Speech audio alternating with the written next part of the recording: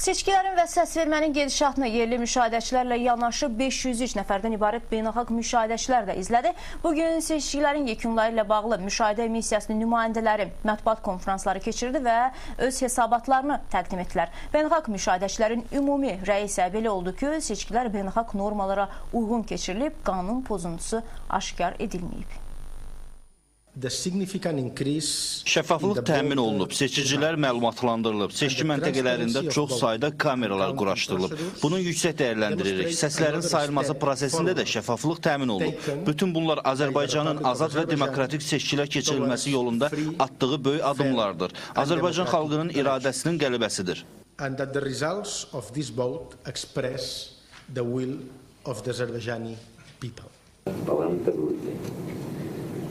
Üç nəfərlik qrupla Bakıda və Sumqayıtda bir neçə seçki məntəqəsində müşahidə apardı. Müşahidə qrupuna Ukrayna parlamentinin deputatı İvan Krulko və Gürcüstan parlamentinin deputatı Zurab Abaşidze daxildir. Seçki beynəlxalq öhdəliklərə və Mərkəzi Seçki Komissiyasının qaydalarına uyğun həyata keçirilib. Seçki komissiyalarının fəaliyyətində və seçki prosesində ciddi pozuntulara rast gəlinməyib və proses tam sakit şəraitdə keçirilib. Hesab edirik ki, seçkilər ölkə vətəndaşlarının iradəsinə uyğun nəticələnib. Bu baxımdan biz seçkiləri müsbət qiymətləndiririk.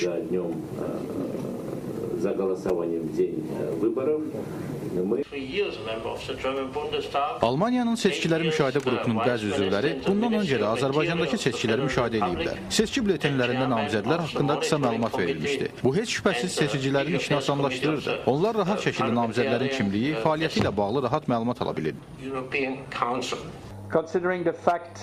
Azərbaycanda keçirilmiş parlament seçkilərində yerli orqanların və polisin səsvermə prosesinə müdaxiləsi halları qeydə alınmayıb. Monitoring qrupu qərara gəlib ki, parlament seçkiləri beynəlxalq və demokratik standartlara tam uyğun olub.